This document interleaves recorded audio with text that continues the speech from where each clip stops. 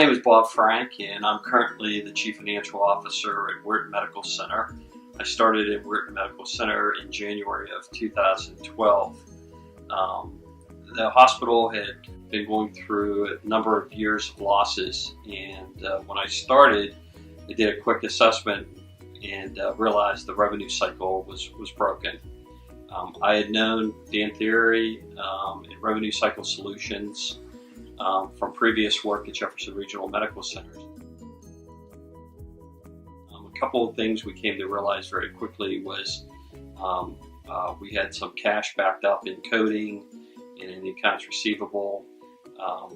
We also had a situation where our charges were lower than our rate schedules, and so we immediately started on a strategic pricing assessment.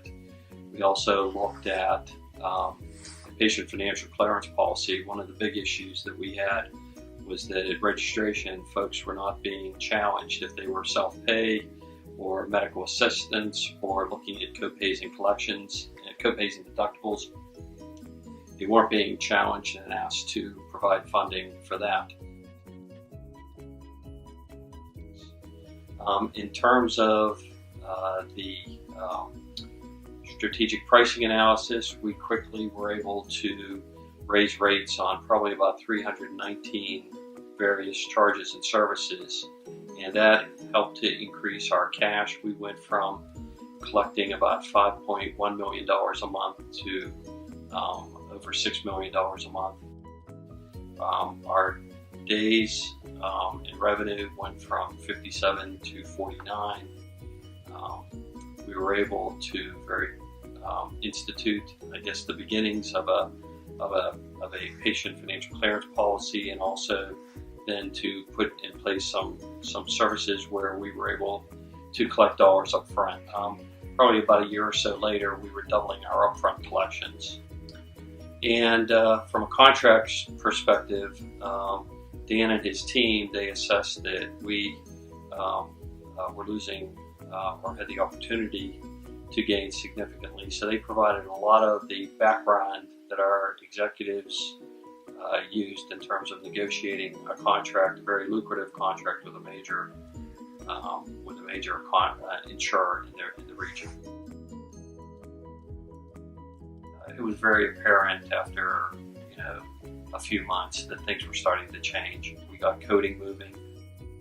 We were able to initiate some strategic pricing increases right off the bat, which provided a boost in cash flow. So the turn started to occur very rapidly.